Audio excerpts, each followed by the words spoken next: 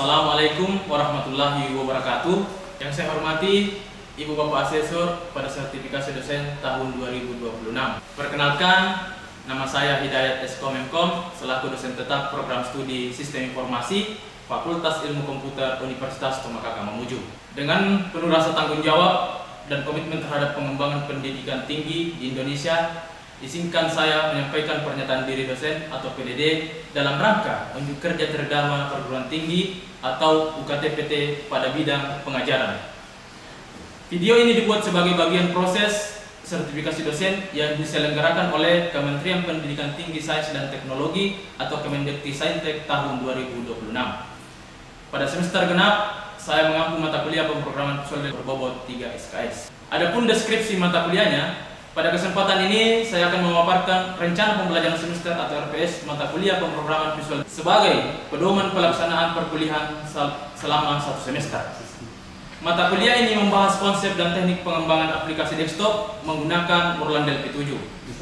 Mulai dari pengenalan IDE, struktur program, variabel, tipe data, komponen visual, event, percabangan, perulangan, pemrograman modular, hingga koneksi database dan implementasi CRUD atau biasa disebut create, read, update, dan delete. Di akhir perkuliahan, mahasiswa diharapkan mampu membangun aplikasi desktop sederhana sesuai kebutuhan pengguna. Adapun luaran mata kuliah ini adalah mahasiswa mampu merancang, membuat, menguji dan mempresentasikan aplikasi desktop berbasis Delphi yang menerapkan konsep pemrograman visual dengan pengelolaan basis data. Adapun CPL lulusan atau CPL Prodi, mata kuliah ini mendukung pencapaian CPL program studi, yaitu membentuk mahasiswa yang bertanggung jawab, menguasai perancangan sistem maupun berpikir logis dan inovatif, serta memiliki kompetensi dalam menggunakan bahasa pemrograman Delphi untuk pengembangan aplikasi. Adapun CPMK mata kuliah, capaian pembelajaran mata kuliah terdiri atas 4 komponen kompetensi utama. CPMK pertama, mahasiswa mampu menjelaskan konsep dasar pemrograman visual, lingkungan kerja Delphi 7, struktur program, dan komponen dasar penyusun aplikasi desktop. CPMK yang kedua, mahasiswa mampu mengembangkan aplikasi desktop sederhana menggunakan komponen visual, variabel, operator, percabangan, dan perulangan. Adapun CPMK yang ketiga, mahasiswa mampu menerapkan prosedur, function, array, record, serta pengolahan data dalam pengembangan aplikasi Delphi. Kemudian adapun CPMK yang keempat, mahasiswa mampu membangun aplikasi desktop berbasis database menggunakan Delphi 7 dengan menerapkan operasi CRUD atau create, read, update, dan delete. Kemudian keempat CPMK tersebut menjadi target kompetensi yang harus dicapai mahasiswa selama mengikuti seluruh rangkaian pembelajaran. Adapun proses pembelajaran yang dilakukan, perkuliahan dilaksanakan selama 16 pertemuan melalui pembelajaran teori, praktikum, diskusi, penugasan, proyek akhir, serta evaluasi melalui UTS dan UAS sehingga mahasiswa memperoleh pengalaman belajar secara teori maupun praktik. Adapun media pembelajaran yang digunakan menggunakan aplikasi Moorland Delphi 7, komputer atau laptop, Zoom Meeting, Google Classroom, Google Meet, LMS, buku, modul pembelajaran serta bahan ajar yang mendukung proses pembelajaran. Adapun metode pembelajaran yang dilakukan, metode pembelajaran pada mata kuliah pemrograman visual Delphi 1 menerapkan 3 pendekatan utama, yaitu delivery, interaction, dan assessment. Pada tahap delivery, materi disampaikan melalui ceramah, presentasi, demonstrasi, serta praktikum agar mahasiswa memahami konsep dasar hingga pengembangan aplikasi menggunakan Delphi 7. Pada tahap interaction, mahasiswa dilibatkan secara aktif melalui diskusi, tanya jawab, studi kasus, praktik langsung, dan penyelesaian proyek sehingga tercipta pembelajaran yang kolaboratif dan terpusat pada mahasiswa. Selanjutnya, pada tahap assessment, evaluasi dilakukan secara berkelanjutan melalui penugasan individu, praktikum, portofolio, presentasi proyek, ujian tengah semester atau UTS, dan ujian akhir semester atau UAS untuk mengukur ketercapaian pembelajaran mata kuliah. Berikut cuplikan video pembelajaran pertemuan ketiga. Semoga bermanfaat untuk kita semua. Terima kasih atas perhatian Anda. Wassalamualaikum warahmatullahi wabarakatuh.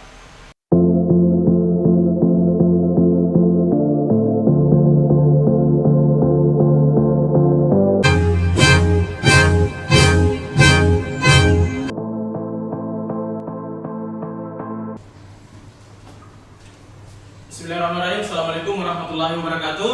Waalaikumsalam warahmatullahi wabarakatuh. Bagaimana kabar hari ini? Semangat? Semangat. Siap belajar?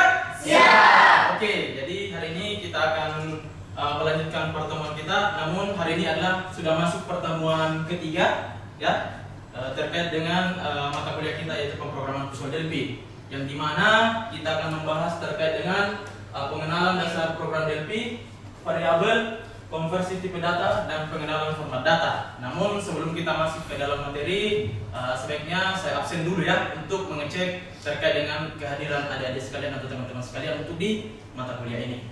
Oke, saya absen dulu ya.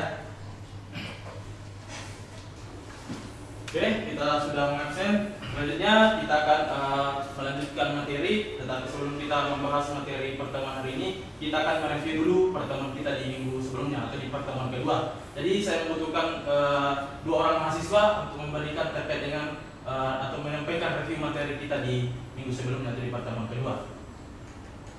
Oke, silakan. Siapa yang mau ataupun yang ingin mengacungkan tangannya untuk mereview materi kita di pertemuan kedua? Ya, silakan Adit. Siapa izin berdiri Pak? Siap. Baik Pak, di pertemuan sebelumnya itu pertemuan 2 kita sudah membahas tentang struktur yang ada pada Delphi Pak. Tapi sebelumnya saya mau menjelaskan sedikit lagi apa itu Delphi. Delphi sendiri itu Pak, seperti yang sudah kita bahasakan di pertemuan sebelumnya lagi, Delphi adalah sebuah aplikasi atau software, yang lebih tepatnya software pengembangan aplikasi atau IDE, Integrated Development Environment, yang dimana kita bisa membuat aplikasi desktop bahkan yang terhubung ke database. Nah, untuk di pertemuan kedua itu khusus di struktur yang ada pada Delphi sendiri, yaitu ada pertama Pak, ada menu bar, ada toolbar, ada komponen palette, ada objek inspektor, ada objek review, ada forum, bahkan ada pada editor Pak untuk membuat sebuah aplikasi. Itu Pak. Oke, terima kasih Adit ya. Aplaus dulu untuk teman-teman. Ya, untuk yang review kedua, ada yang bisa? Saya Pak. Ya, silakan Nesila. Minggu lalu Bapak juga membahas tentang form, di mana form berfungsi sebagai tempat menyimpan berbagai komponen tool palette seperti tombol button, kotak teks atau edit, dan label. Oke, terima kasih atas dulu ya. Oke, selanjutnya itulah tadi beberapa review yang disampaikan oleh mahasiswa terkait dengan pertemuan kita di minggu sebelumnya atau di pertemuan kedua. Sekarang kita akan melanjutkan untuk materi di pertemuan ketiga. Jadi yang pertama yang saya ingin jelaskan adalah tujuan pembelajaran. Jadi di dalam proses pembelajaran setiap pertemuannya itu ada yang menjadi tujuannya, sehingga ada output ataupun hasil yang didapatkan oleh mahasiswa itu sendiri. Jadi setelah mengikuti pertemuan ketiga ini atau perkuliahan hari ini, teman-teman ataupun mahasiswa diharapkan dapat memahami dasar-dasar pemrograman menggunakan Delphi, ya. Kemudian yang kedua adalah memahami konsep variabel dalam pemrograman, karena variabel ini sangat penting juga khususnya di dalam terkait dengan mata kuliah pemrograman. Kemudian yang ketiga adalah melakukan konversi tipe data, ya. Jadi di dalam mata kuliah ini kita akan belajar tentang bagaimana mengkonversi tipe data, ya. Nanti kita akan bahas terkait di ada penjelasan ataupun ada materinya. Kemudian yang keempat adalah menampilkan data dalam berbagai format sesuai dengan kebutuhan aplikasi. Jadi pada saat kita merancang aplikasi nantinya ada format-format tertentu yang dibutuhkan untuk dibutuhkan oleh aplikasi di dalam perancangan sebuah sistem yang akan kita bangun. Oke? Kemudian selanjutnya, jadi ini adalah kurang lebih penjelasan tentang Delphi itu sendiri, yang dimana Delphi merupakan salah satu pemrograman berbasis objek, ya, atau biasa disebut object oriented programming, yang dimana basisnya berorientasi objek. Kemudian Delphi ini adalah pengembangan dari bahasa Pascal yang dikembangkan untuk bagaimana digunakan sebagai bahasa pemrograman untuk bagaimana merancang sebuah sistem nantinya. Dan salah satu sistem ataupun aplikasi yang digunakan untuk membuat ataupun mengimplementasikan bahasa Pascalnya adalah dengan menggunakan aplikasi Visual Delphi itu sendiri. Kemudian Delphi banyak digunakan untuk membangun aplikasi desktop, ya, seperti sistem administrasi, kemudian aplikasi keuangan, inventaris, dan masih banyak lagi contoh-contoh aplikasi yang biasa digunakan untuk pengembangannya menggunakan Visual Delphi itu sendiri, ya. Itu nanti kita akan juga melakukan beberapa pembuatan proyek-proyek sesuai dengan pertemuan ataupun materi yang akan kita pelajari nantinya di mata kuliah ini. Oleh karena itu, pemahaman mengenai variabel, tipe data, dan konversi tipe data itu harus dipahami oleh teman-teman atau adik-adik mahasiswa di dalam mata kuliah pemrograman Visual Delphi ini.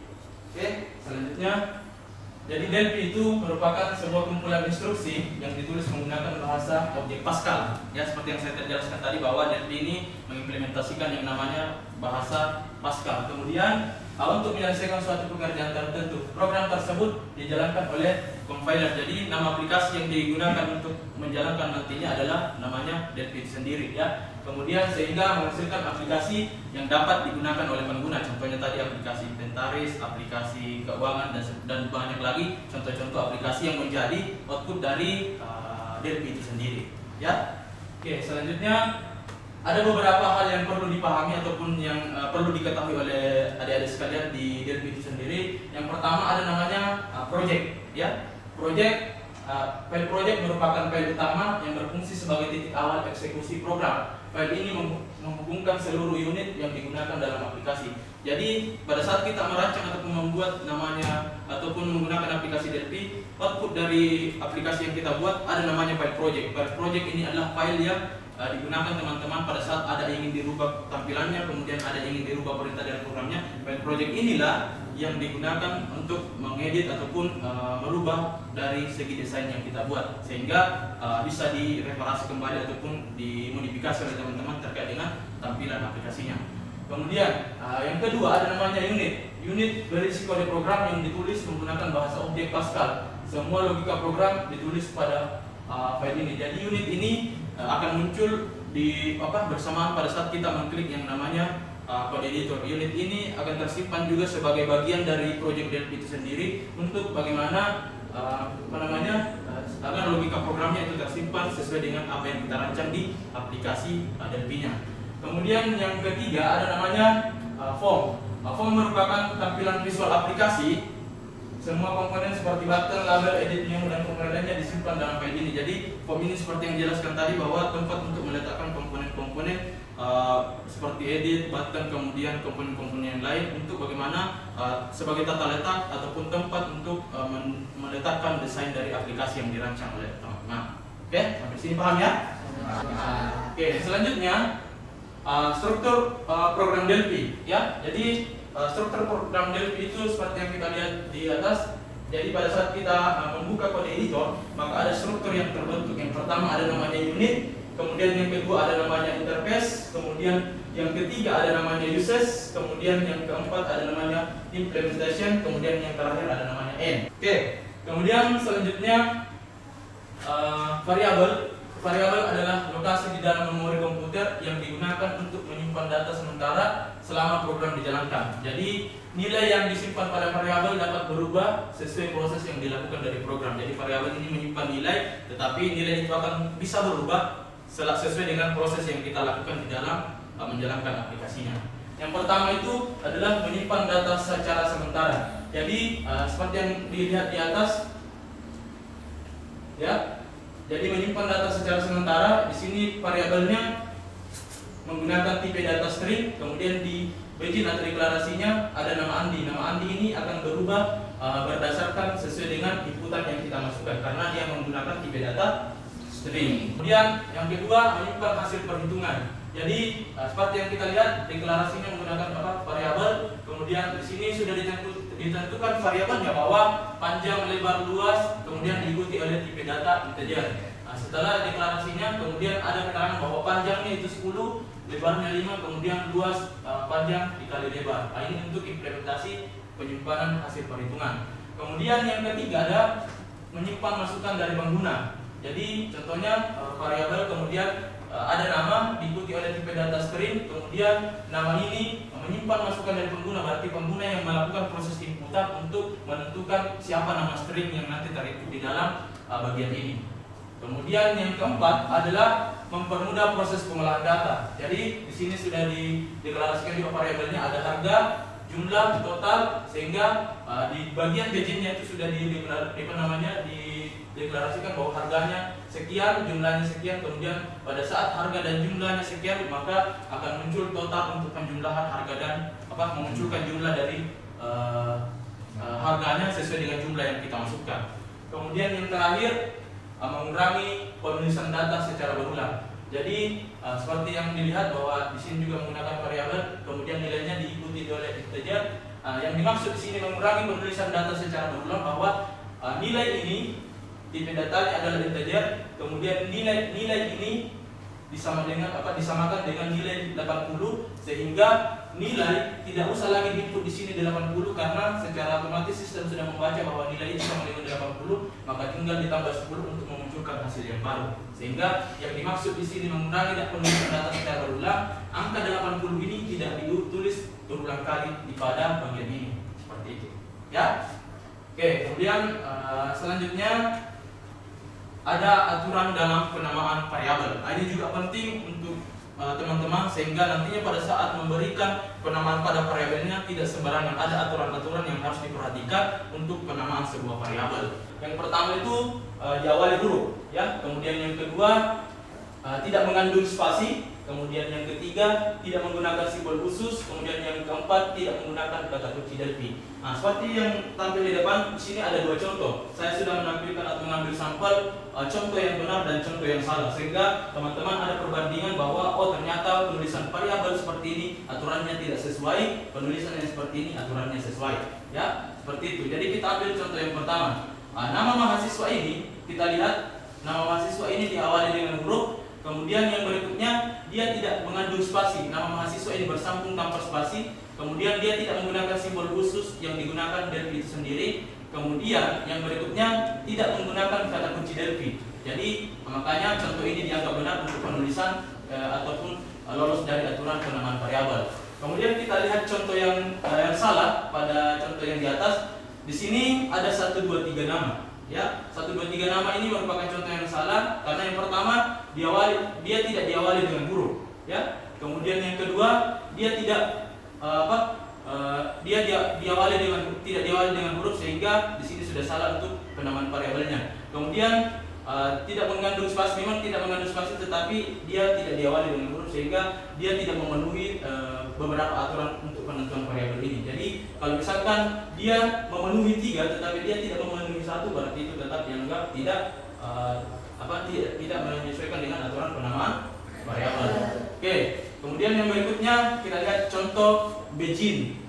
Contoh yang salah begin dengan n. Kenapa dia contoh yang salah begin dengan n? Karena dia menggunakan, ya, sampai sini paham dengan melihat contoh yang di depan? Paham. Oke, selanjutnya ada namanya kita mencoba untuk deklarasi variabel, ya.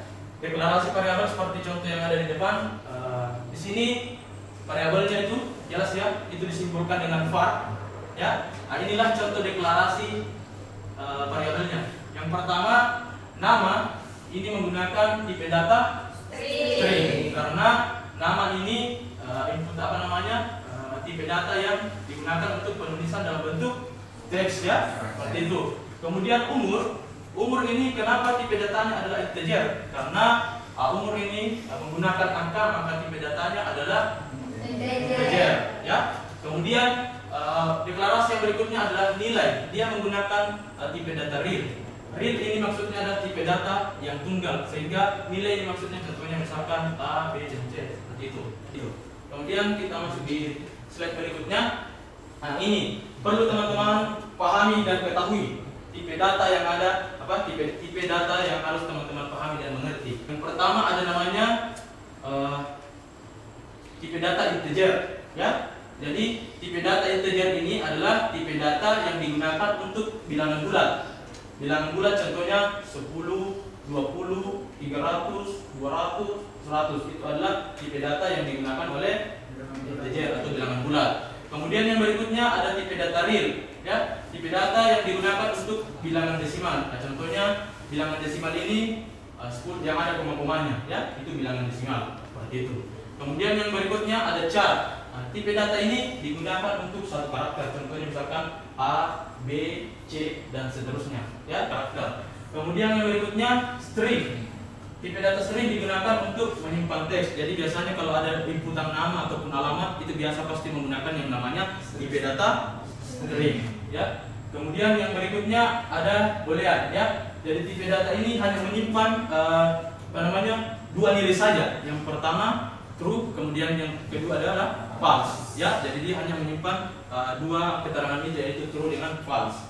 Kemudian yang ketiga, yang keenam ada namanya currency, yaitu digunakan untuk data keuangan. Jadi ini biasa digunakan untuk menampilkan hasil keuangan. Contohnya misalkan angka-angka itu misalkan 1000, 2000, 5000, 100.000 dan sebagainya. Ya, seperti contoh yang kita lihat di depan.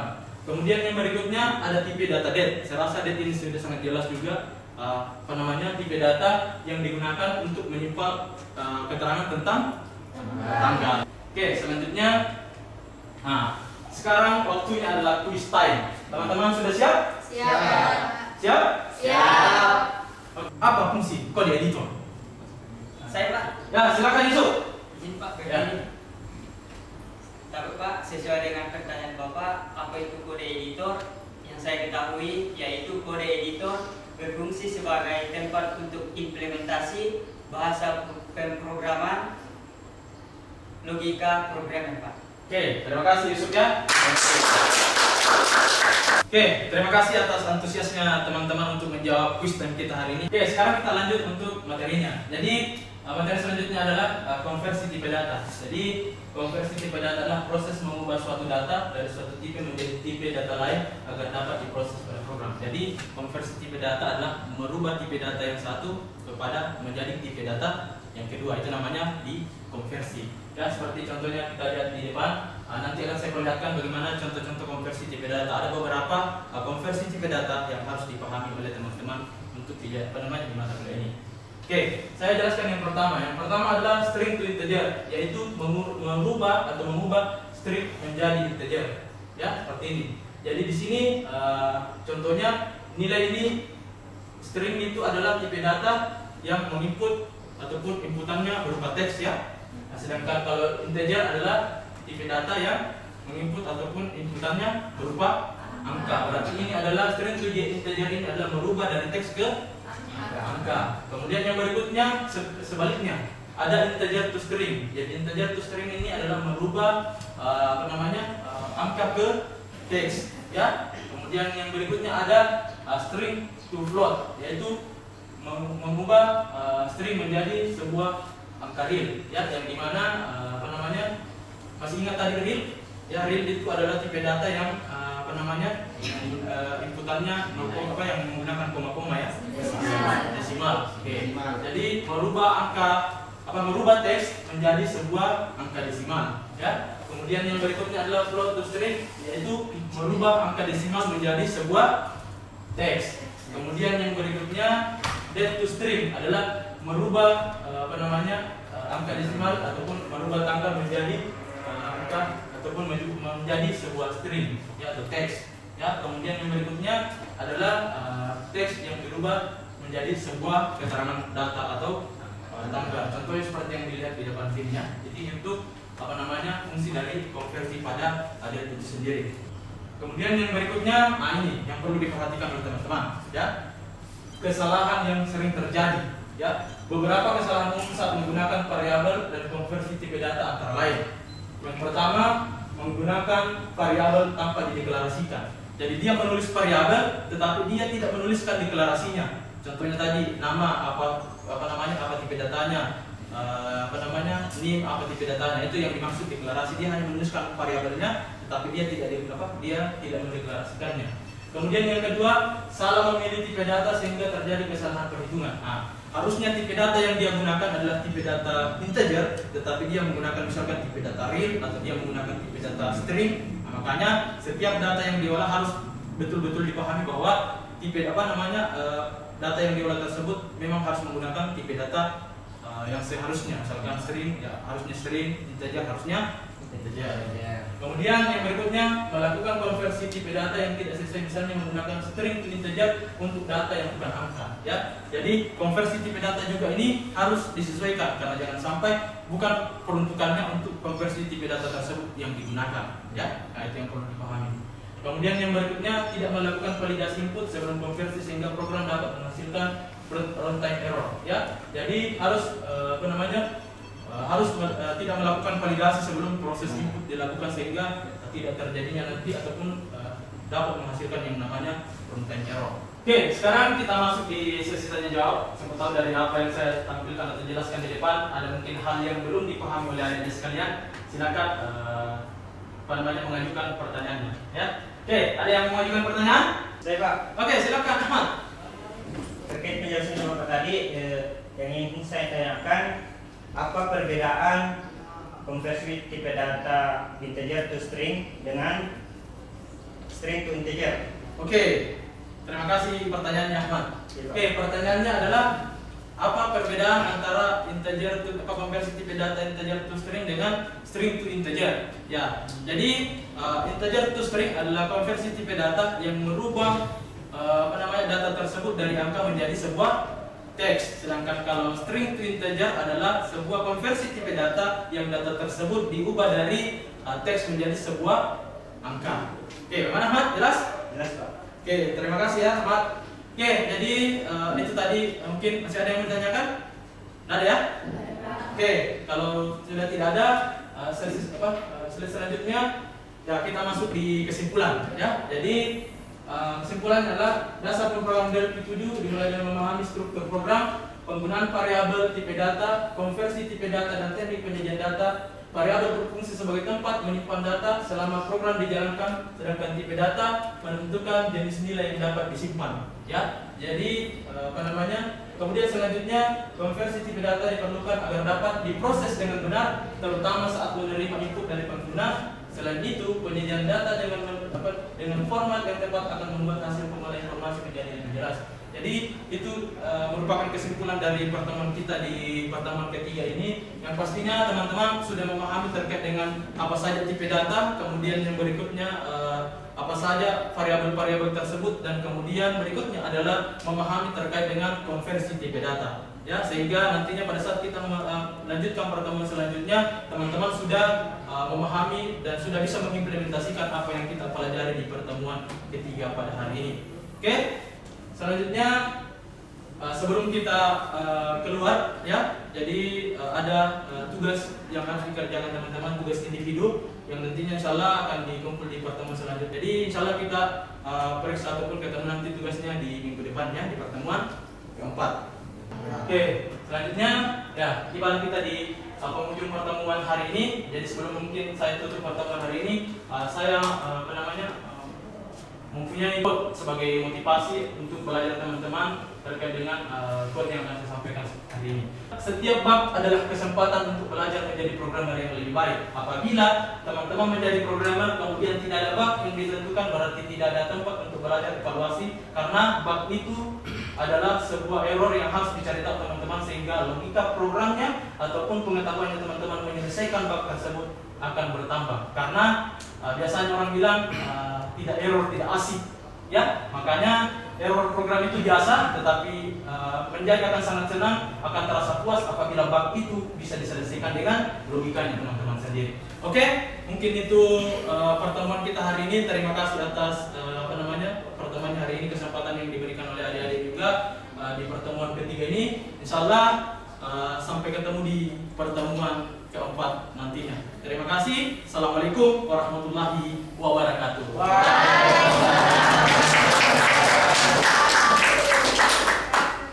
Demikian video deskripsi dan pembelajaran yang saya sampaikan dalam unjuk kerja PDD UKT-PT bidang pengajaran. Besar harapan saya semoga video ini dapat menjadi pertimbangan baik dalam proses pengajuan sertifikasi dosen. Terima kasih atas perhatian yang diberikan. Wassalamualaikum warahmatullahi wabarakatuh.